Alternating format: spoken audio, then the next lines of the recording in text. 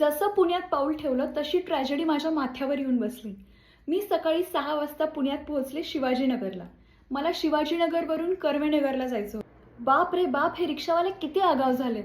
Guess करा, फक्त 8 किलोमीटरसाठी त्याने मला किती चार्ज मागितला असेल. तब्बल 600 रुपये. आणि मी त्याला म्हटलं की मला तर मीटरने जायचं आहे.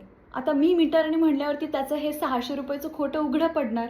तर तो मला काय म्हणाला, 300 रुपये द्या मॅडम, प्लस नाईट चार्ज लागेल, मग मिळून होतील 400 रुपये. 100 रुपयाचा नाईट चार्ज. मी म्हणलं, मी सकाळी 6 वाजता इथे आली आणि कोणता नाईट चार्ज मागताय तुम्ही माझ्याकडून. मला लगेच काहीतरी भानगड वाटली, कारण तो 600 रुपयावरून 300 रुपये असं एका झटक्यात आला. मी लगेच ऑनलाईन चेक केलं. ऑनलाईन फक्त आणि फक्त 136 रुपये दाखवत होतं. मी लगेच उबर बुक केली, त्याच्याच समोर उबर बुक केली, त्याच्याच समोर उबरमध्ये बसले आणि निघाले. आणि कहर म्हणजे तो इतक्या कॉन्फिडेंटली मला बोलत होता, म्हणत होता, बाळा 400 रुपये एवढ्या कमी रेटमध्ये तुला कोणीच सोडणार नाही.